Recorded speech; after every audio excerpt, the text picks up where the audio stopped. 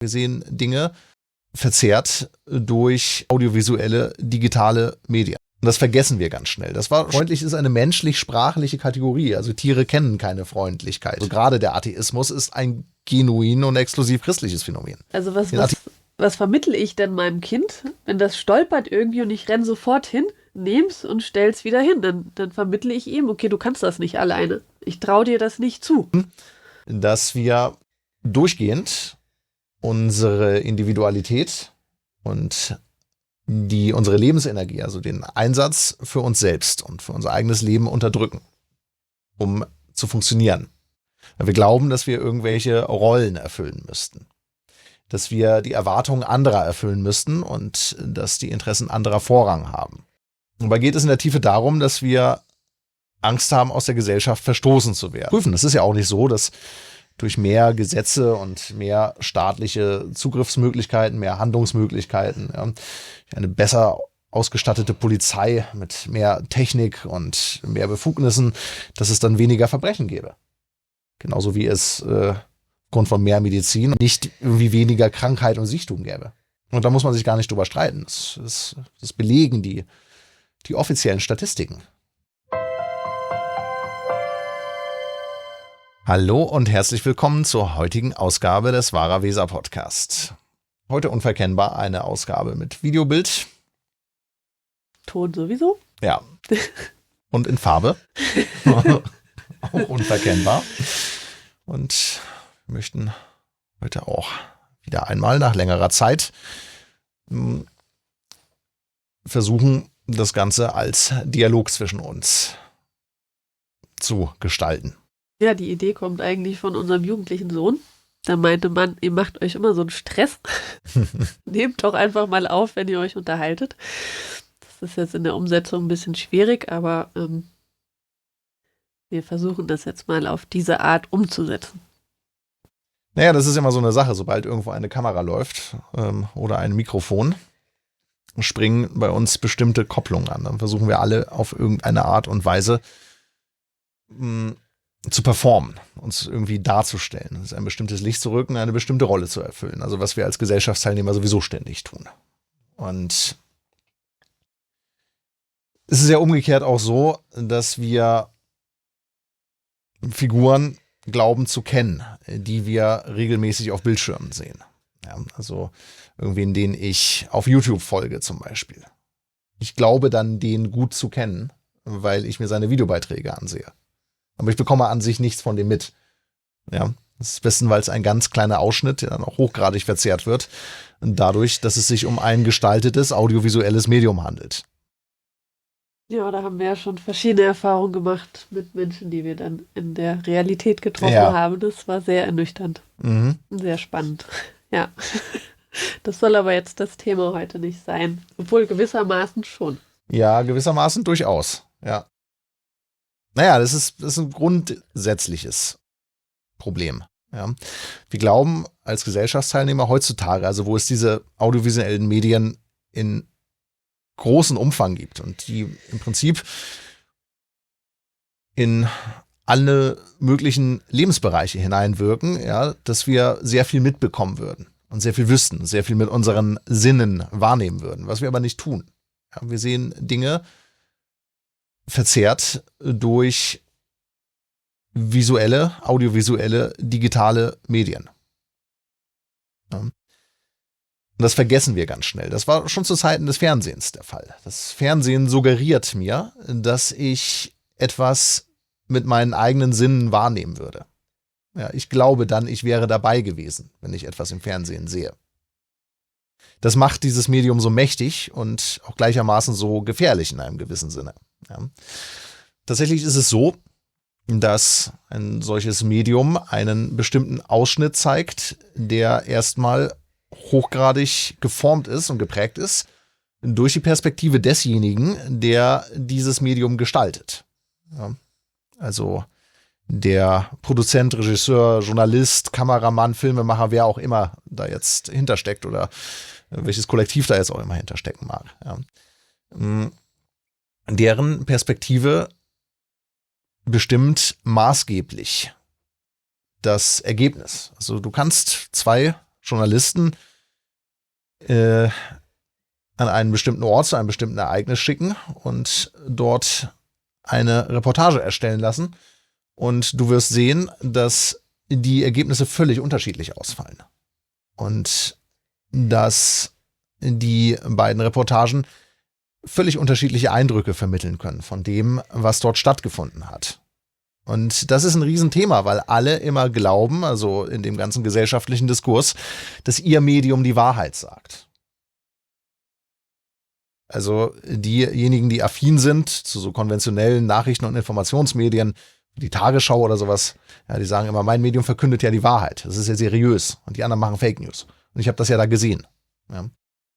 Also, ja, und wenn das dann noch mehrere Medien so sagen, ja, oder schreiben oder wie auch immer, dann muss es erst recht stimmen. Ja, dann erst recht, genau. Und das ist eine Gefahr, die nicht nur und nicht ausschließlich und auch nicht im erhöhten Maße im Zusammenhang mit diesen klassischen Informations- und Nachrichtenmedien auftritt, sondern es ist im alternativen Medienspektrum, in diesen ganzen unabhängigen Medien, den sogenannten, die da so im Internet kursieren, an sich genau das Gleiche. Ja. Wir bekommen etwas präsentiert, was erstmal keine unmittelbare Sinneswahrnehmung ist, was gegenüber einer unmittelbaren Sinneswahrnehmung hochgradig reduziert ist. Ja, unsere körpereigene Sensorik ist um Größenordnungen feiner als alles an Bild- und Tonmaterial, was die technisch bestmöglich denkbaren Kameras und Mikrofone liefern können. Dessen sollten wir uns zumindest bewusst sein, wenn wir mit solchen Medien umgehen. Also allein deshalb hat das, was wir durch irgendwelche Videos gezeigt bekommen, nichts mit unmittelbarer Sinneswahrnehmung zu tun. Also es ist ja aber auch so im tatsächlichen Leben, dass wenn zwei oder mehrere Menschen eine Szene beobachten, das wollen wir ja gleich beispielhaft mal machen, die das völlig unterschiedlich wahrnehmen können. Ja. Und diese perspektivische Verzerrung, die fließt in ein solches Medium ein, also die gestaltet ein solches Medium maßgeblich. Und wenn dann jemand hergeht und sagt, ja, aber ich verkünde ja die Wahrheit, dann kann der das durchaus ehrlich so meinen. Es kann aber auf jemand anders wirken, wie eine völlige Entstellung der Tatsachen. Das liegt aber nicht daran, dass der eine bewusst lügt, sondern daran, dass der eine halt eine gänzlich andere Perspektive auf den jeweiligen Sachverhalt hat. Ja. Also dessen sollten wir uns immer gewahr sein, wenn wir irgendwie mit audiovisuellen Medien umgehen. Ich selber habe mich über lange Zeit von allen möglichen Nachrichten- und Informationsmedien komplett ferngehalten. So etwa über ein Jahr. Komplett. Also vollumfänglich. Selbst wenn ich mich bei meinem E-Mail-Provider eingeloggt habe, habe ich ganz schnell runtergescrollt, bevor der Browser geladen hat, damit ich die Nachrichtenmeldungen, die da oben gezeigt werden, nicht sehen muss. Und in dieser Zeit ist mir fühlbar geworden, mir war das in der Theorie schon lange klar gewesen, ja, aber in dieser Zeit konnte ich fühlen, wie unerheblich das auch ist, was da in irgendwelchen Nachrichten- und Informationsmedien läuft. Und ganz gleich, ob das jetzt der sogenannte Mainstream ist oder ob das irgendwelche alternativen Medien sind. Das sind alles Informationen, die an sich für mein Leben nicht relevant sind. Ja, das wird jetzt bei dem einen oder anderen eine starke emotionale Reaktion hervorrufen. Ja, wie kannst du denn sowas nur ignorieren? Und das ist doch wichtig und du musst doch als verantwortungsvoller Bürger doch wissen, was in der Welt so los ist und so weiter und so fort. Nein, ich weiß dann nicht, was in der Welt los ist. Ich bekomme einen kleinen perspektivischen Ausschnitt gezeigt, den irgendwer gestaltet hat. Aber in der Welt passiert unendlich viel mehr zu jedem Zeitpunkt. Es gibt einen von Stanislav Lem, den habe ich ja, meine ich, schon an einigen Stellen erwähnt. Ein kurzes Büchlein, eine kurze Erzählung, die auf Deutsch erschienen ist unter dem Titel Eine Minute der Menschheit. Und in dieser kurzen Erzählung wird beschrieben, fiktional, was innerhalb von einer Minute so alles geschieht. Also nur angedeutet. Was auf der ganzen Welt so stattfindet, hier und da mal. Und durch die Art und Weise, wie das Ganze erzählerisch-literarisch gestaltet ist, bekommt man einen fühlbaren Eindruck davon, wie lächerlich geringfügig das ist, was irgendwelche Informationsmedien denn über die Welt liefern können. Ja, und von der sogenannten Welt überhaupt zu zeigen vermögen. Also so viel nur mal dazu. Aber wir sind heute angeregt worden, wie gesagt, durch ein Video, das rumflog in irgendwelchen sozialen Medien. Ich meine, das war auf Telegram. Und dieses Video hat große Aufmerksamkeit erregt. Also in diesem Video wird gezeigt eine kleine Szene am See. Und am besten gucken wir uns jetzt einfach kurz zusammen an. Und die Anregung unsererseits wäre, dass ihr das einfach mal versucht, nur zu beobachten. Ich zum Beispiel vorstellt, ihr sitzt halt am See und seht das. Was seht ihr da? Ohne gleich in irgendwelchen Ausdeutungen, Bewertungen, was auch immer zu verfallen. Also nur die Sinneswahrnehmung. Was seht ihr da?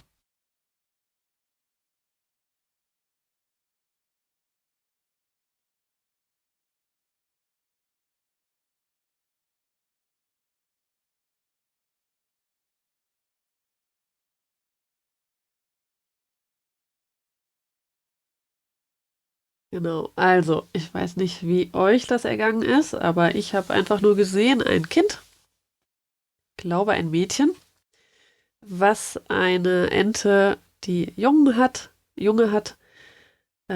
verscheucht oder möglicherweise auch kurz jagt. Und daraufhin jagt die Ente das Kind, beziehungsweise verscheucht sie, steckt ihren Raum ab. Und das Kind wiederum versucht sich dem zu erwehren, indem es die Ente mit Sand bewirft. Das wäre jetzt erstmal eine kurze Beschreibung dessen, was dort passiert. Und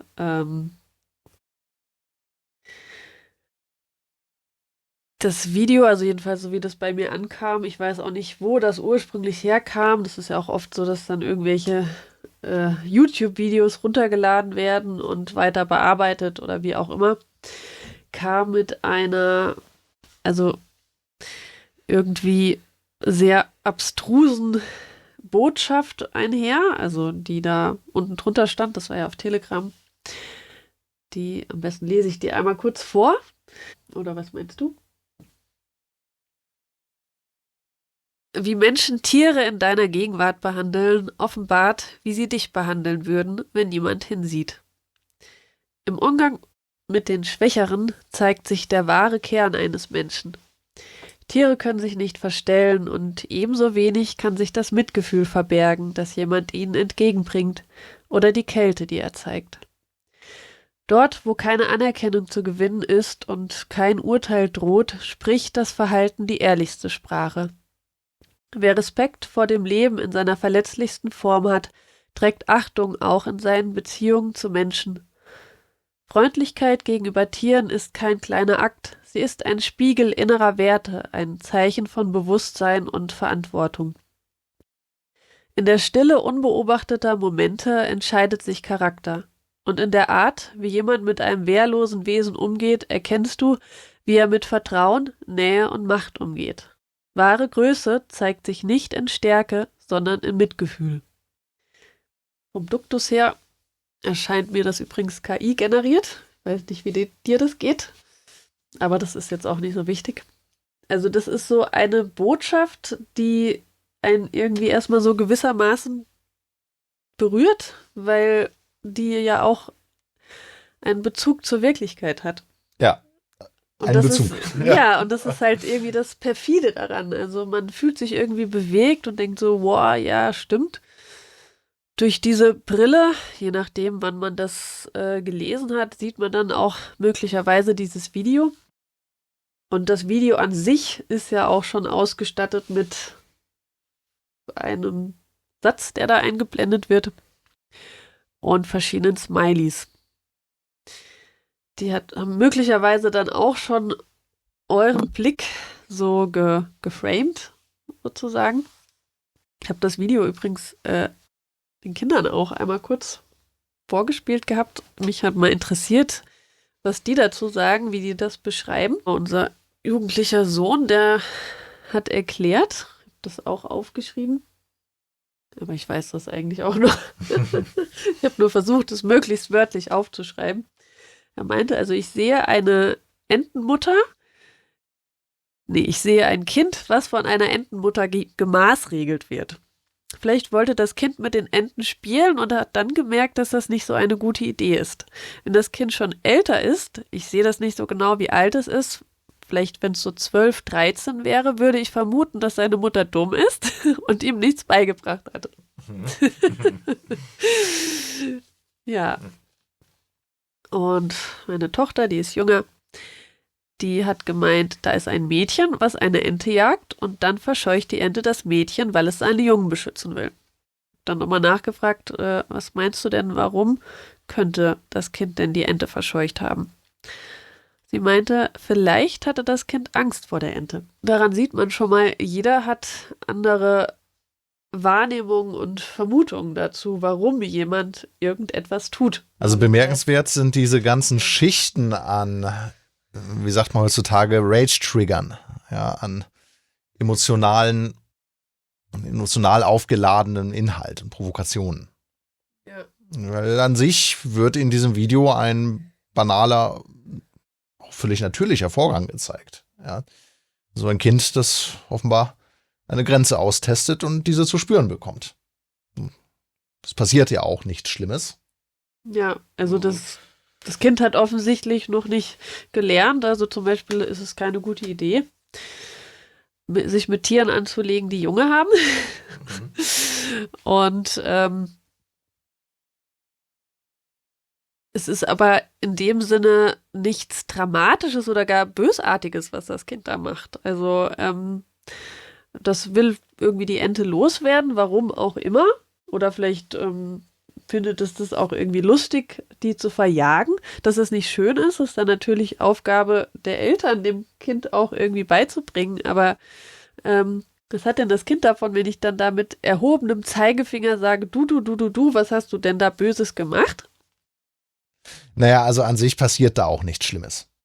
So, und es gibt jetzt 2 Schichten, die diesem Video hinzugefügt wurden. Also das ursprüngliche Video, dann diese Smileys, die da noch auftauchen und dieser Text, der da noch überlagert ist. Das Kind lernt im Prinzip was total Wertvolles. Also wenn ich in das Revier von jemand anderem eindringe, dann werde ich aus dem Revier wiederum rausgeschmissen. Also ein See ist eindeutig der Lebensraum von einer Ente.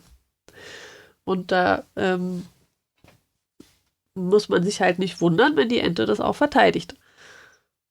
Und da ist jetzt weder die Ente irgendwie gemein, noch das Kind irgendwie gemein. Die haben jetzt halt herausgefunden, geklärt, wessen Revier das ist, wer stärker ist. Ja.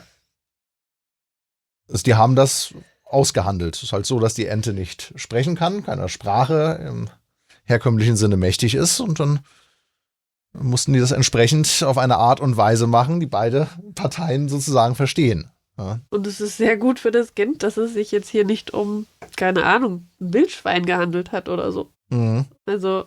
Ja, das war ja nur eine Ente. Ja. Das erweckt keineswegs den Eindruck, dass das Kind dabei irgendwie verletzt wurde oder zumindest nicht irgendwie ernsthaft verletzt wurde. Möglicherweise hat es vielleicht eine Schramme, eine kleine Bisswunde gehabt oder. Aber es ist halt sehr spannend.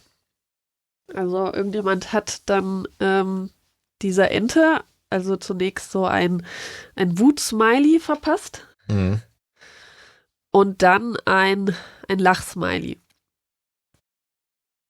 Und das ist schon sehr interessant. Also das ist ja auch sehr verbreitet in unserer Gesellschaft, dass wir Tiere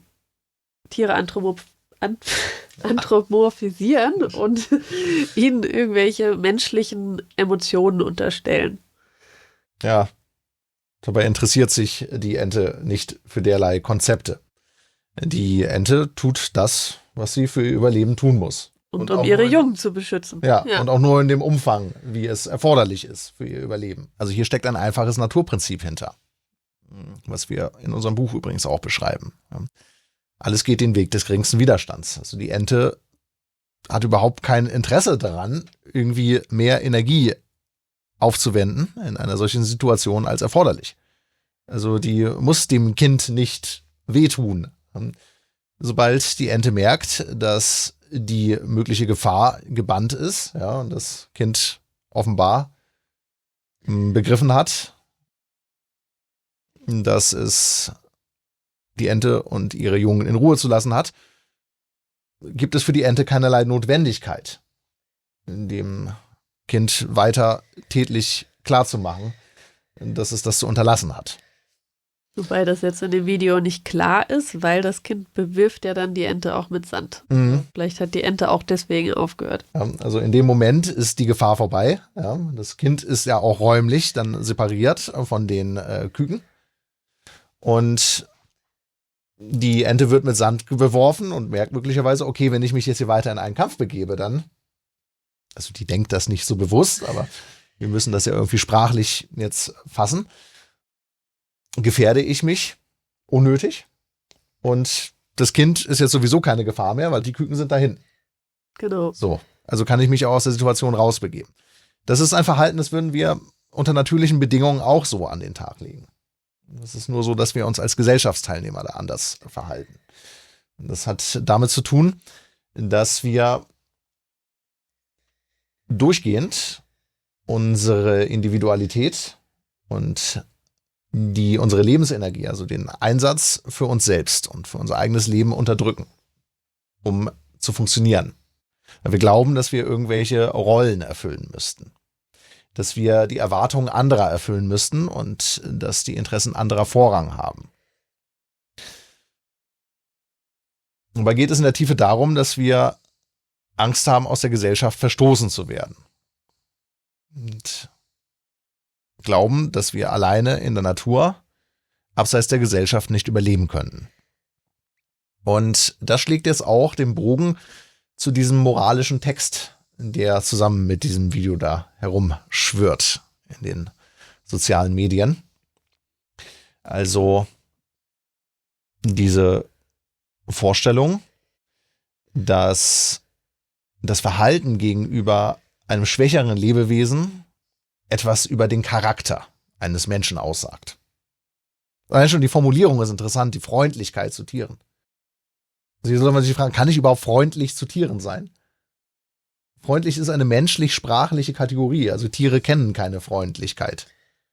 Und Kinder sind in der Regel auch, also die lernen auch erst freundlich oder unfreundlich zu sein. Die sind ja am Anfang ihres Lebens einfach erstmal so, wie sie sind. Sie sind fröhlich, sie weinen, sie lachen, sie sind wütend. Ja.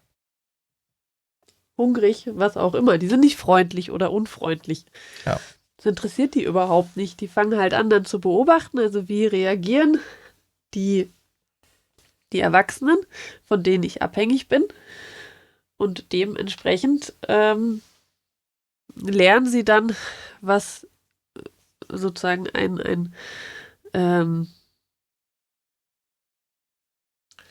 was halt ein akzeptables Verhalten ist.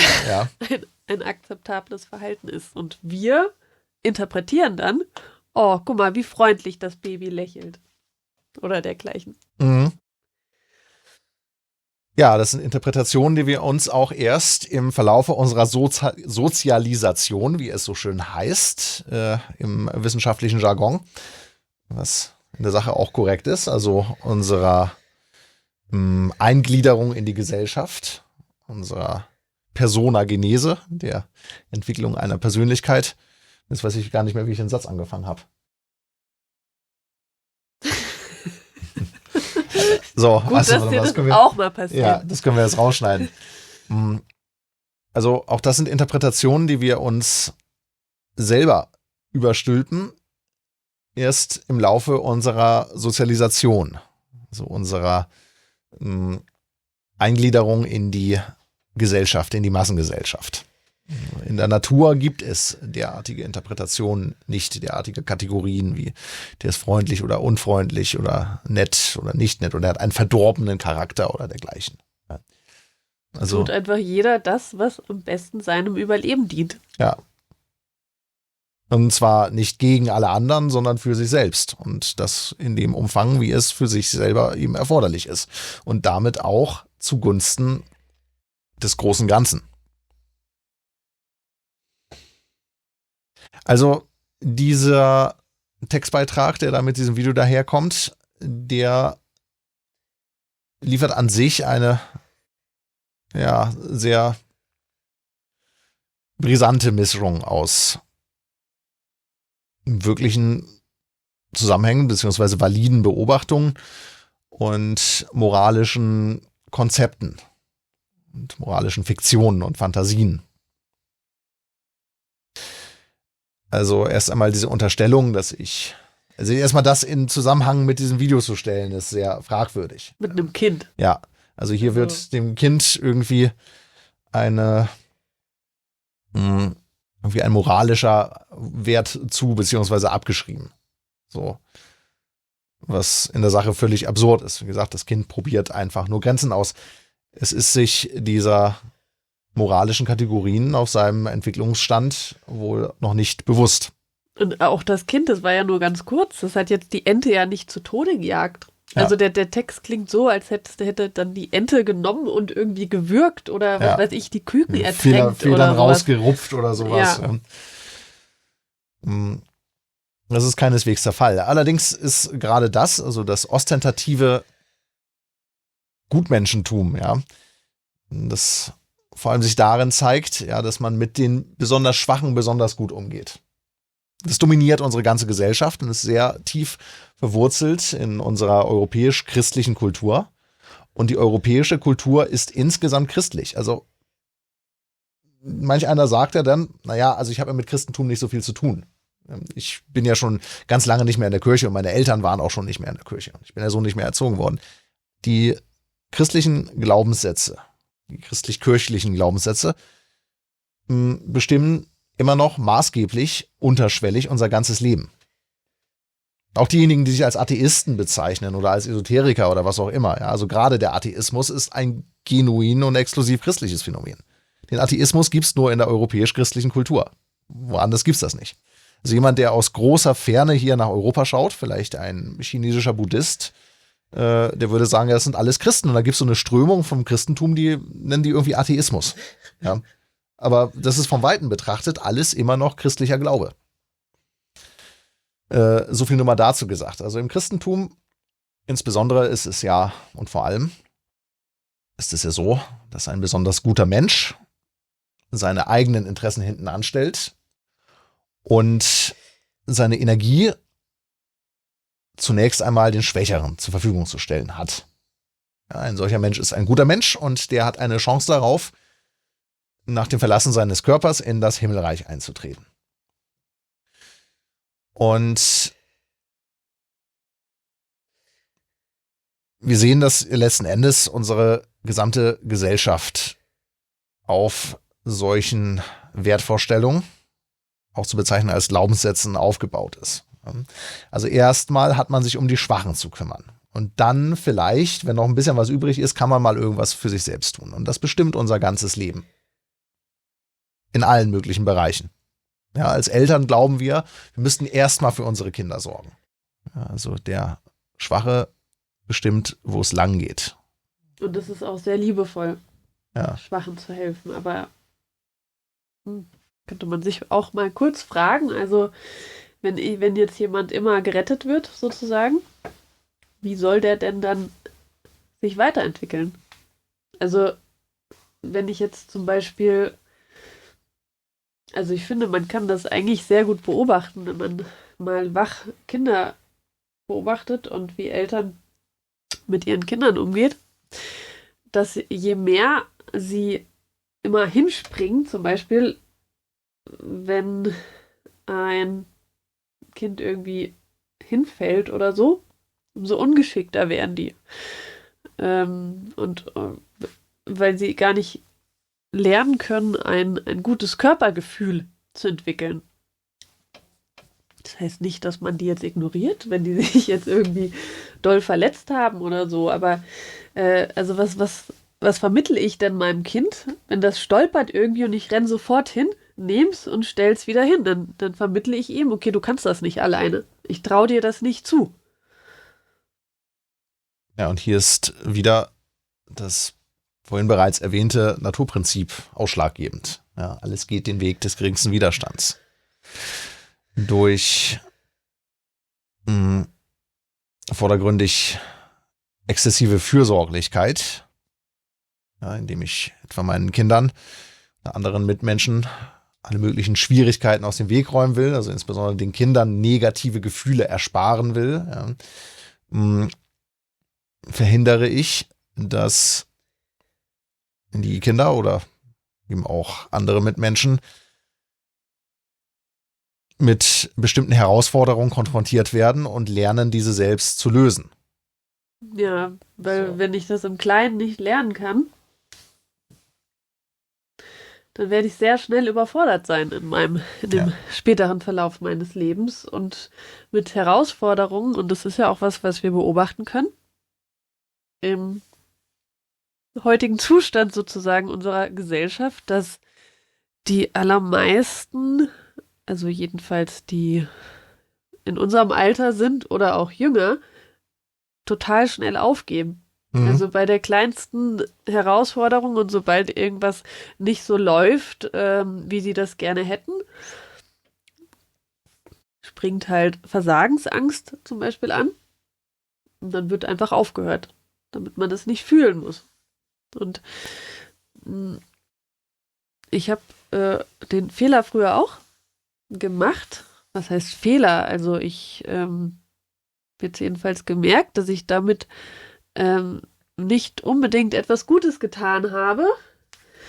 Wenn ich dann gesagt habe, okay, dann machst du das halt nicht mehr, zum Beispiel irgendein Instrument lernen oder irgendeine Sportart vielleicht durchführen, weil ich das verwechselt habe mit mit dieser Idee der intrinsischen Motivation.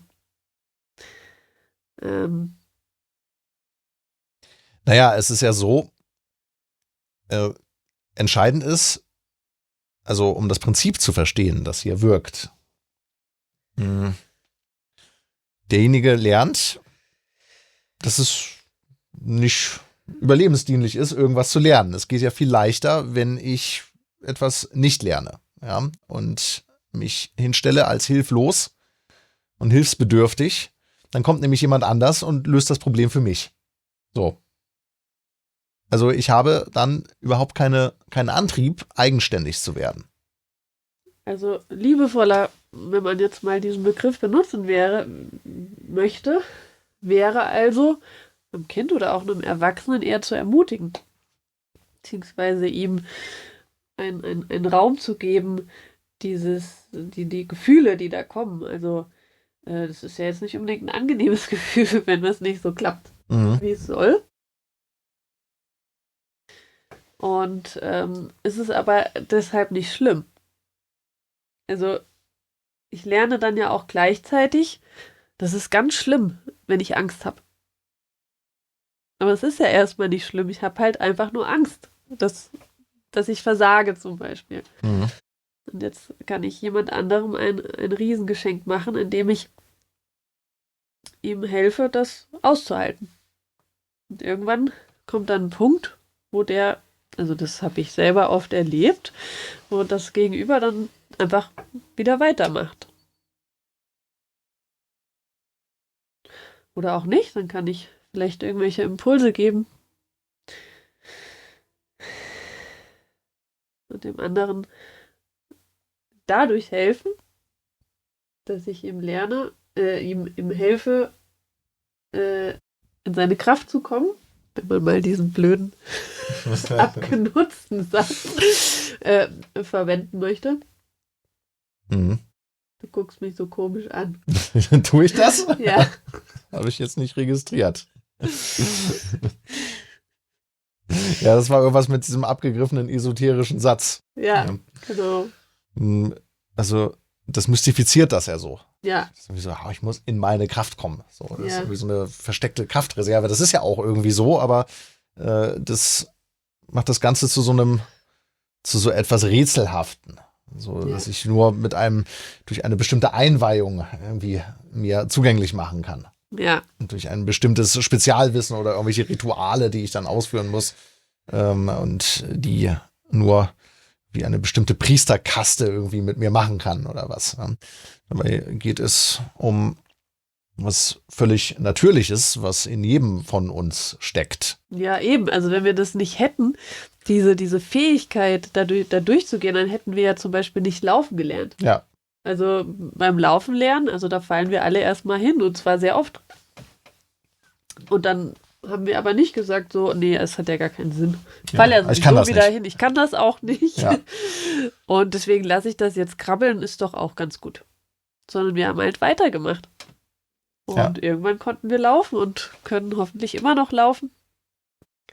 Und wieso machen wir das denn nicht in allen anderen Lebensbereichen so, beziehungsweise helfen anderen Menschen, das so zu tun, damit sie wieder in ihre Kraft kommen können.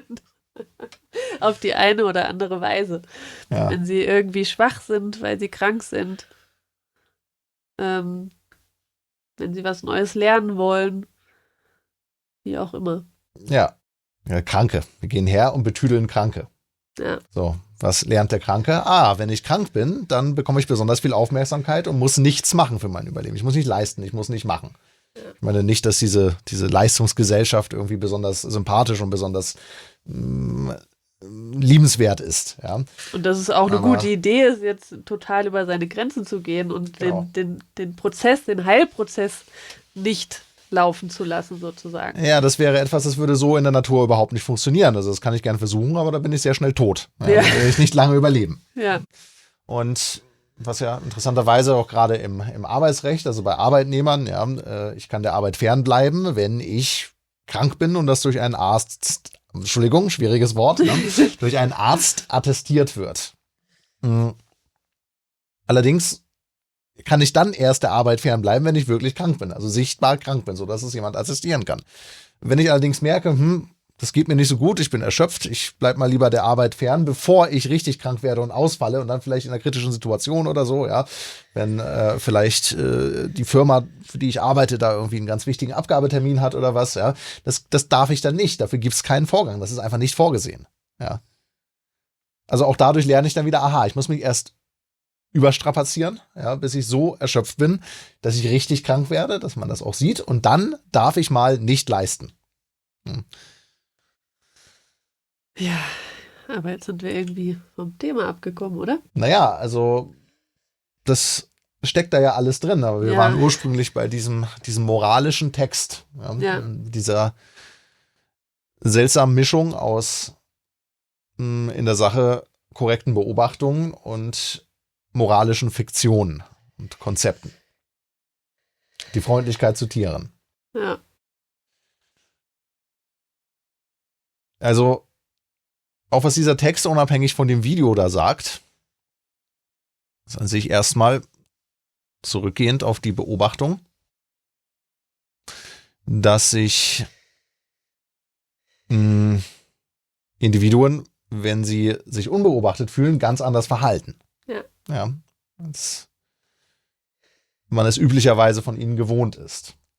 Und da gibt es durchaus so Geschichten, dass zum Beispiel der eine oder andere anfängt, eine Katze dann zu ärgern oder zu quälen, oder irgendein anderes Tier, wenn er sich gerade unbeobachtet fühlt. Ja, oder, also sehr lustig ist ja, wenn man zum Beispiel an der Ampel steht und dann die Leute beobachtet, die hinter einem im Auto sitzen. Also weiß ich, also ich habe zum Beispiel schon beobachtet, wie jemand dann in der Nase gepopelt hat und dann seine Popel gegessen hat. Also ich glaube nicht, dass der, ich weiß nicht mehr, ob es ein Mann oder eine Frau war, dass die das auch machen würde, wenn ihr bewusst gewesen wäre, dass sie beobachtet wird. Also das ist etwas, was vor dem Hintergrund des gesellschaftlichen Rollenspiels, über das wir ja vorhin schon gesprochen haben, folgerichtig ist.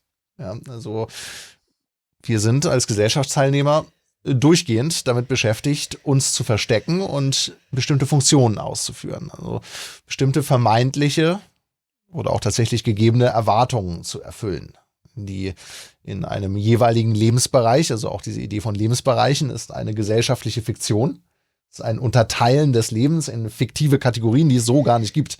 Also es gibt in der Natur keinen Unterschied zwischen Arbeit und Freizeit oder Beruf und Familie oder auch so ein Quatsch. Ja, oder meiner Rolle als vielleicht Mama, Ja, als genau. Ehefrau, als Freundin, Ja, als Arbeitnehmerin oder Selbstständige Ja. oder was auch immer. ja. Also hier sind wir überhaupt bei dieser grundsätzlichen Idee von Funktionen und Funktionieren. Darüber habe ich in einer vergangenen Podcast-Folge auch bereits gesprochen. Ja. Also das Funktionieren, das Konzept der Funktion ist ja vor allem in der Mathematik und den angrenzenden Wissenschaften von zentraler Bedeutung. Und Funktionieren heißt unter bestimmten Voraussetzungen, unter bestimmten Bedingungen, ein bestimmtes vorhersagbares Verhalten aufzuweisen. Und dieses Konzept der Funktion, das benötige ich, wenn ich Maschinen bauen möchte. Und das Konzept der Funktion benötige ich, wenn ich so etwas wie eine abstrakte Maschine auch bauen will, also etwa eine Industriegesellschaft, die sich immer gleichförmig verhält, ja, die getaktet ist und vorhersagbar bestimmte Ergebnisse liefert, zu jeder Tages- und Nachtzeit bestimmte Produkte und Dienstleistungen anbietet. So. Dafür brauche ich dieses Konzept der Funktion. Das Konzept der Funktion ist allerdings der Natur an sich erstmal fremd. Also in der Natur gibt es nichts, was funktioniert oder nicht funktioniert. Ja, auch diese Kommentare, das soll jetzt heute das Thema nicht sein, aber auch anknüpfend an die besagte Podcast-Folge, ich einen Kommentar aufgreife, der da so lautete, ja, die KI funktioniert ja heutzutage genauso wie das menschliche Gehirn. Also das mache ich da in der Folge ausführlich, aber der Punkt ist, dass das Kind in den Brunnen gefallen ist, in dem Moment, in dem ich sage, ja, das Gehirn funktioniert so und so. Ja. Das ist übrigens die ganze Idee hinter diesen KI-Konzepten, ja, dass ich einen Organismus in Teilbereiche zerlegen kann und diese wiederum in kleine atomare Strukturen sozusagen, also in kleinste Einheiten, denen ich irgendwie eine messbare Funktion zuschreiben kann, ja, die auf eine Funktion reduzierbar sind. Und alles andere, was passiert an Komplexität in dem Organismus, ist zurückführbar auf die Vernetzung dieser kleinen funktionierenden Komponenten. Und genau das ist der Natur fremd. Also es ist der Blick eines Mathematikers und Ingenieurs und dieser Blick ist durchaus sinnvoll, wie gesagt, wenn ich Maschinen bauen möchte. Und dieser Blick kann auch durchaus bestimmte Aspekte offenbaren eines lebenden Organismus, aber eben nur bestimmte Aspekte. Beileibe nicht das Lebewesen als Ganzes irgendwie erfassen. Also nicht ansatzweise. Ja. Warum haben wir denn jetzt über das Funktionieren gesprochen? Es ging um dieses gesellschaftliche Funktionieren. So. Ja.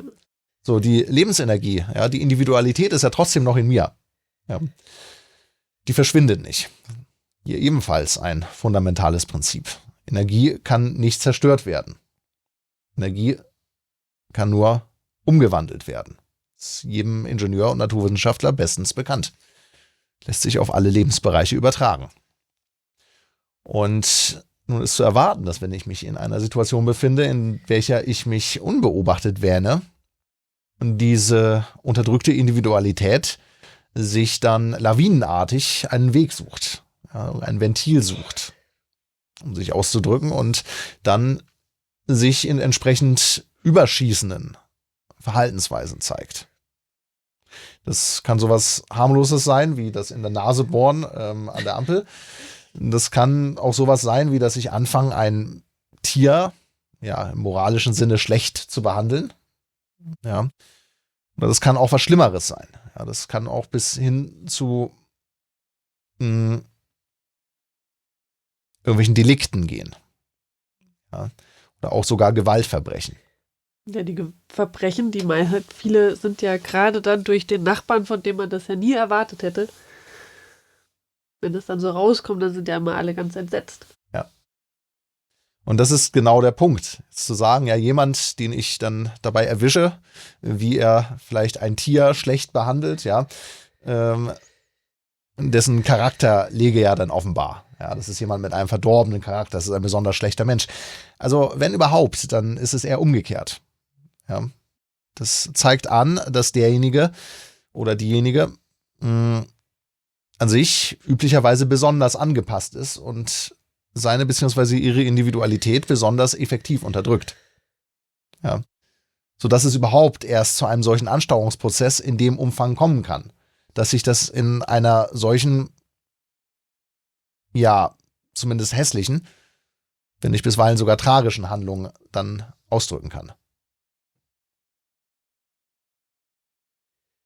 Normalerweise würden wir gar nicht auf die Idee kommen, ein Tier zu quälen oder zu ärgern. Dafür gibt es gar keinen Grund.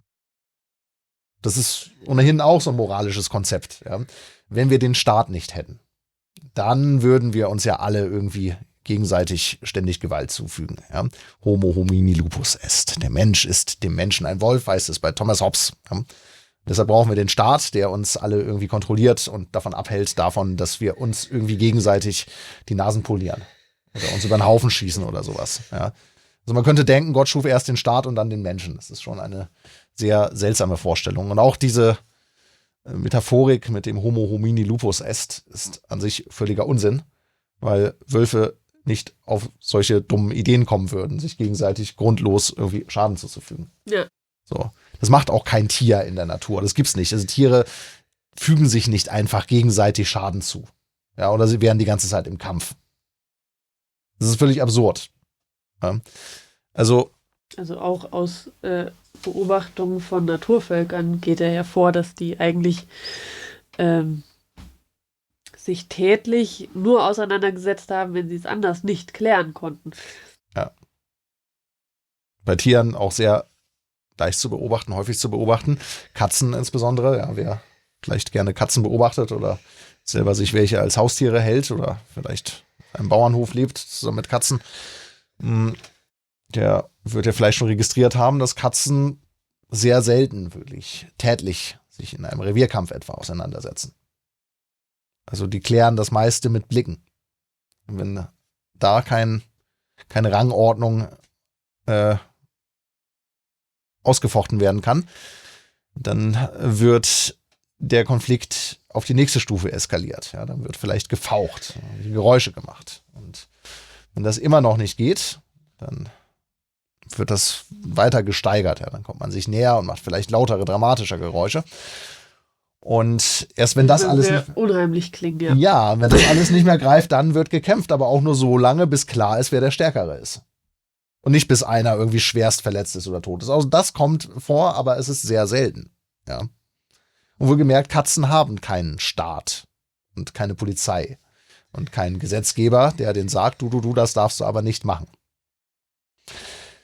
Also man könnte jetzt auf die Idee kommen, dass diese Probleme, die wir da sehen als Gesellschaft, ja, Kriminalität im weitesten Sinne, dass die erst daraus entstehen, dass wir das Leben kontrollieren wollen, dass wir das verhindern wollen, dass es irgendwie Kampf und Auseinandersetzung gibt. Ja. Wenn ich das mal genauer prüfe, werde ich feststellen, dass es gar nicht anders sein kann.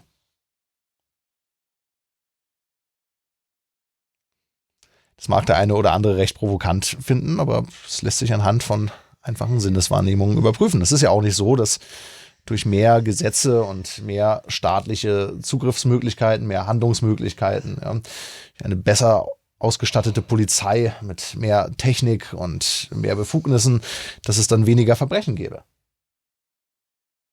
Ja, das Gegenteil ist ja eher der Fall. Ja. Genauso wie es aufgrund von mehr Medizin, und zwar ganz gleich welche Art von Medizin, ja, nicht irgendwie weniger Krankheit und Sichtum gäbe. Und da muss man sich gar nicht drüber streiten. Das belegen die offiziellen Statistiken. Ja. Es gibt mehr Medizin, und zwar aller Art, nicht nur die sogenannte Schulmedizin, sondern auch alle möglichen Arten von alternativen Heilangeboten im gleichen Umfang, wie es mehr Krankheit und Sichtum gibt, und zwar im immer jüngeren Alter übrigens. Ja, der freundliche Umgang mit Tieren. Ich habe an sich also überhaupt gar keinen Grund, ein Tier in Anführungsstrichen schlecht zu behandeln. Es gibt dafür überhaupt keinen Anlass. Also, aber auch, was ich jetzt gerade merke, ist das ja eine ziemlich anmaßende Einordnung, die Ente irgendwie als schwach zu betrachten.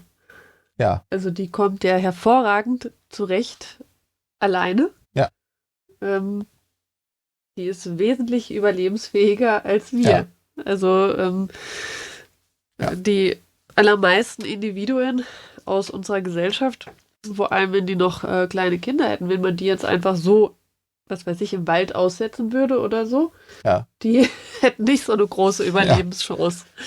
Und außerdem hat die Ente noch einen großen Vorteil, die kann sich nämlich in der Luft bewegen. Wir nicht. Ja, die kann fliegen. Ja. Und auch noch schwimmen und tauchen. Ja. Also an sich ist das schon sehr fraglich, da die Ente irgendwie als schwach zu sehen. Ja. Also auch hier ist in der Tiefe ein anderer Beweggrund zu vermuten. In der Tat, die Ente hat keinen Staat, die hat keinen Arbeitgeber, die hat keine Krankenversicherung, die hat keine Rentenversicherung und die Ente kann ihre Küken auch nicht in eine Kindertagesstätte stecken oder in einen Kindergarten. Und die Ente braucht auch keine Schulbildung, damit sie überleben kann. Obwohl das ja gerne in so Kinderbüchern dann suggeriert wird, ja, die Tierkinder, die gehen in die Tierschule. Genau, Stummelschwänzchen in der Hasenschule. So ein bescheuertes Hörspiel, was wir da als Kinder irgendwie hatten. Das ist ja sowieso so ein eigenes Thema, was Kindern da so vorgesetzt wird. Ja. Damit die eigentlich beleidigt werden. Ihre Intelligenz und Kreativität. Ja. Sehr traurig. Ja, aber diese moralische Aufladung eines solchen Posts bewirkt wieder neue emotionale Anregungen, weil es eine Angriffsfläche gibt, die es ermöglicht, sich wieder abzulenken. Ja, jetzt kann ich mich auf die Seite der Guten stellen. Schreien, genau, das ist so. Ja, ich gehöre auch zu den Guten, das Tiere gut behandelt. Und ich bin sogar vegan. Ja. Dann gibt es den nächsten besseren, aber ich bin sogar Frutarier. Und dann kommt der Übernächste, sagt, ja, und ich ernähre mich nur von Licht. Der Übernächste sagt, ja, ich halte mich nur noch in dunklen Räumen auf, weil auch ich dem Licht die Energie nicht entziehen will mit meinem Dasein. Ja, auch Licht soll für mein Leben nicht geopfert werden. Ja. Das habe ich jetzt aber noch nicht gehört. Also mich würde das nicht wundern, wenn das irgendwo auftaucht. Es gibt ja alles Mögliche an seltsamen Vorstellungen, die da irgendwie so kursieren in diesem gesellschaftlichen Geisterkabinett. Ja.